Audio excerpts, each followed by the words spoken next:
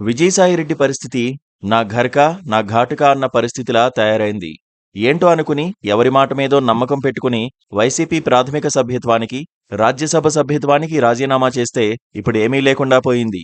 సాయిరెడ్డి ఇప్పుడు బయటకు చెప్పుకోలేక, కక్కలేక, మింగలేక నానాయాతన పడుతున్నట్లు సమాచారం. పేరుకే రాజకీయ సన్యాసం ప్రకటించిన బీజేపీలో చేర్చుకుంటారని ఎదురుచూసి సాయిరెడ్డి రాజకీయ అవివేకిగా మిగిలిపోయారు. 6 నెలల క్రితం అందరినీ ఆశ్చర్యపరుస్తూ విజయసాయిరెడ్డి రాజీనామా చేశారు. రాజకీయాల నుంచి కూడా తప్పుకుంటున్నట్లు ప్రకటించారు. పోతూ తమ పార్టీ అధినేత జగన్మోహన్ రెడ్డిపై 4 రాళ్లు కూడా విసిరేసి వెళ్లారు.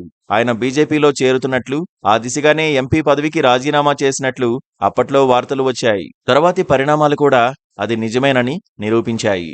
ఈ 6 నెలల పరిణామాలు, విజయసాయి తీరు, టీడీపీ బ్యాచ్తో చెట్టాపట్టాలు వేసుకుని తిరిగేందుకు విజయసాయి వెంపర్లాడిన వైనాన్ని చూస్తే ఆయన మోసపోయి ఎటూ తేలని దుస్థితిలో ఉన్నారని చెప్పుకోవాలి. ఈ మధ్యకాలంలో ప్రధాని నరేంద్ర మోదీ, హోంమంత్రి అమిత్ షాను తెగ పొగిడేశారు విజయసాయి. అయినా సరే బీజేపీలోకి ఆయన ఎంట్రీ సాధ్యపడలేదు. విజయసాయి ఖాళీ చేసిన రాజ్యసభ స్థానాన్ని కూటమిలో బీజేపీ కైవసం చేసుకున్నప్పటికీ కమలం నేతల కనుచూపు మాత్రం ఆయనకు కరువైంది. టీడీపీ వ్యూహకర్తలు సాయిరెడ్డిని పావుగా వాడుకున్నారని ఇప్పుడు విశ్లేషణలు వినిపిస్తున్నాయి.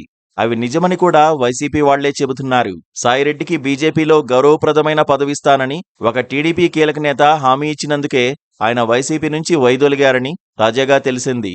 వైసీపీ నుంచి సాయిరెడ్డి రాజీనామా చేసిన తర్వాత అన్నీ తామే చూసుకుంటామని ఆ టీడీపీ నేత హామీ ఇచ్చారట.